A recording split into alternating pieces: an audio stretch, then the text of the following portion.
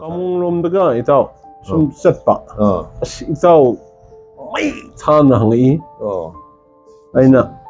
ai gi dio jane aina koina da bagi itaw taw an kauna bani loina bati na bayam nungai adu lila party senjing lai binina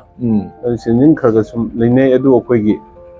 ahan duna naringai matam ate aho butan jadi taw nam akoi gi ima gi mo kano tawga handugi mahut silga yam fasina adum performance pb dina tawi koina hajiru da koina dabni na adum yabire hai no wari uta da no intam e kamong da sana bu ayo sine oh chumi ai jam da kano la kudu ai maru kare mla chigre kari sarat la kudu sarat ai malam ne ba oh ado ita hujikse karamali la party da full gya ba adu ne ta akoi sune akoi maksu hujiksi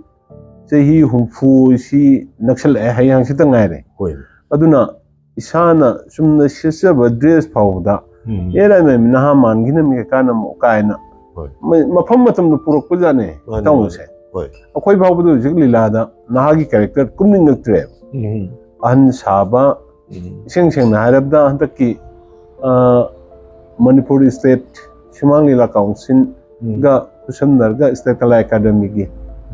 Taukiba festival lu thokibasi wasak ama aduda akoigi ratan agi sebok mukhai sabai do magi mapa sarabani ise sam yauksin laktre taw sana sim bit le rakti wakhan yam thina hanjan mingsen yang kan wakhan ji kangan hal masi nature ni da taw ko ni sum na ha wala sum la ya ponte Yumda matam ma de taw sinjak ta hajara ga su ko matam ma de lilawan selo halak pa si yum jida nganu khang de yen khang ho khang de thong sa ringe mani haujikti sahi ne su oire aduga ikai bang ji yori mung de cha do ba asam su pa ma isana pa me ba mani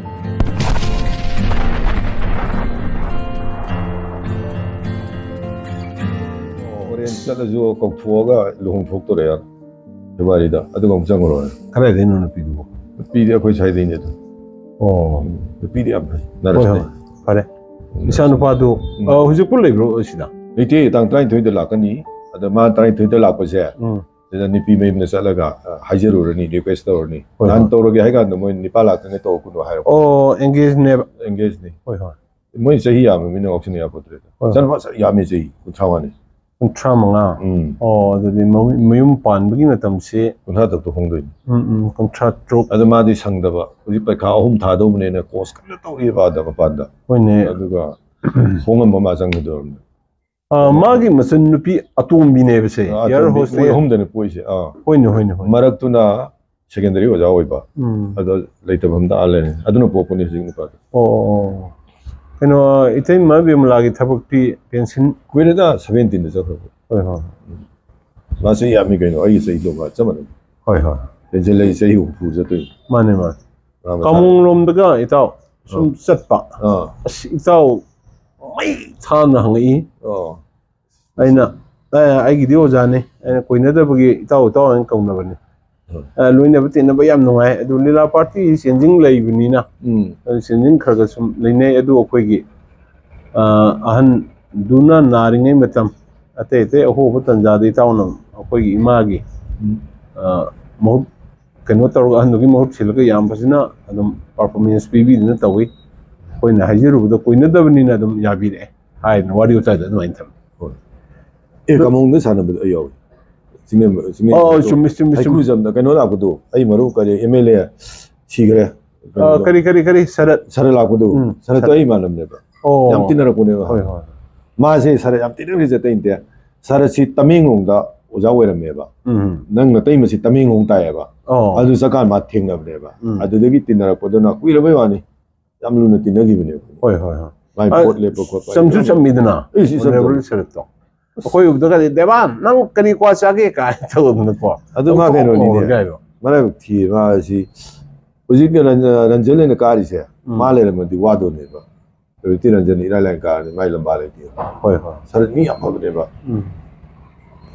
hoi adu kano ne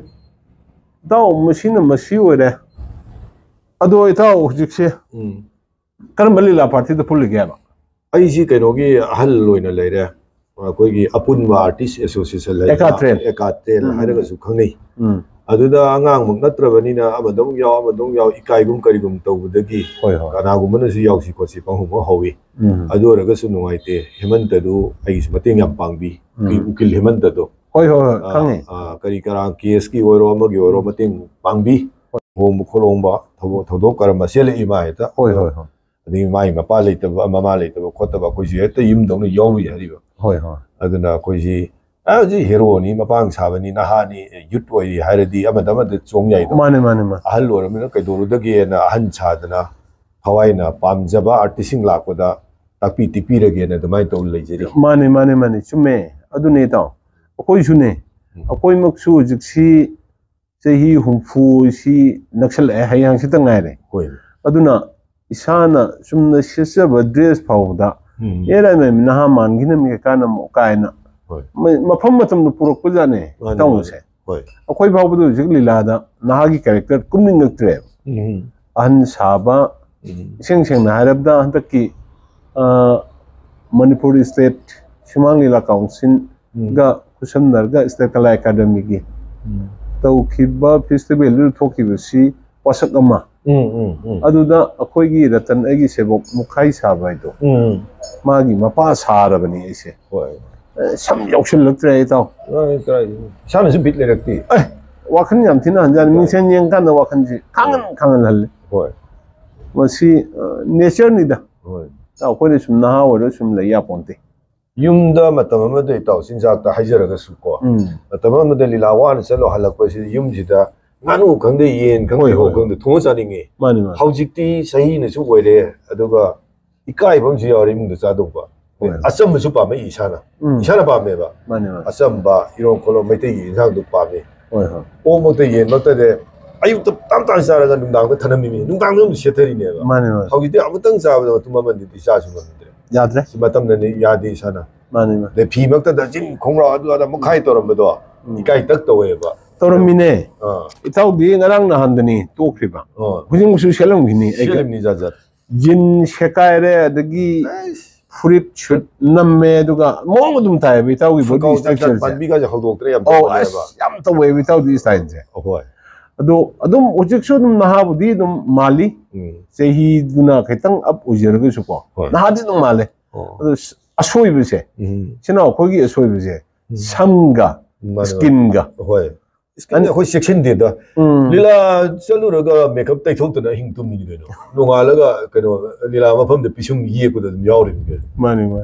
sa adagi makeup si hoi makeup sina skin si kari masana rak ta matang da ga isu chok pa skin daga ma khoi ne attack tor ko dum yaw jat ne khoi na de adu da khoi na training chalu bu su leifon te khoi bu pirak pa nga ngai na pirak ko da thoi station ba ngang ga ta hol laga Aibuga toy action lage thok jatu neba hoi aduna napi sabi angang sing sidi yam khange hojikti asmoidi loin training si kano toba masak tu su akoi ki kano toida maman yam ba pot ada thoi me haina akoi na eyebrow ye dilupa de pi hoi hojidi eyebrow maman humra mal fu ni adoi phaba masan ki da mani powder akoi di thaina kano da yaksang da be tei big powder tei ram mi tro होने इताव ने तो shining ga ne mo tai ga da hujing na ima ipi ma yam tin kene da yam tin kene awam sare humang de sai sen de chop chile khut tit ga bi ni hudi spray na zir humang de sore kena mai sa ado taw na lingbi ro posi kari no kari matang gi no ha du tang aina itaw hoida koithok se rei se eno ni itaw gi biodata haje batare matam sang miyang gi thagul sum chatpirakpa hoi akoina bisak pi ngai miron pa phatri ngai gi taw di performance pibir abne hajeriba hoi aduna hojik sida biodata khangja hongnabagi matangda hoi koi gi inaw sing khara lakminnabani maramdi itaw khoktanate itaw gi base da hojik layo gi bna layo re hoi Lairiba artist and veteran artist si sorak mama round chatlaga logje bagi khudung chabam khak logje ge dna taw yum da laksari ni